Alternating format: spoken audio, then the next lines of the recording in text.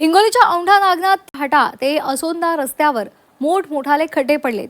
त्यामुळे शाळेमध्ये जाणाऱ्या विद्यार्थ्यांना या खड्ड्यातूनच प्रवास करावा लागतो आणि शाळा गाठावी लागते.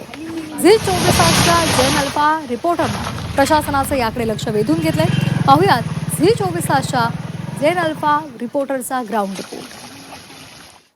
लाग ते मेथा गावाला मिळणारा रस्ता हा पूर्णपणे तुटून गेला आहे. रस्ता आहे की खड्डे आहेत हे पण कळत नाही. रस्त्यामध्ये खड्डे आणि खड्ड्यामध्ये रस्ता हा पूर्णपणे तुटून गेला आहे. खड्ड्यामध्ये पाणीही साचून गेलं आहे.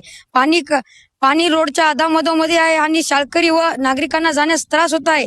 तरी सरकारला आणि लोकप्रतिनिधींना अशी मागणी आहे की लवकरात लवकर रोड बनवून द्यावे. बघा मुलं काय म्हणत आहेत. आम्ही रोज शाळेत जाताना आमचे दप्तर भिजतात या खड्ड्यांमुळे आणि आम्हाला रस्त्याने जायला त्रास होतो. मी काय म्हणणार आहे? आम्ही या खड्ड्यातून जाताना आमचे दप्तर, कपडे आणि बॅग सायकली भरतात.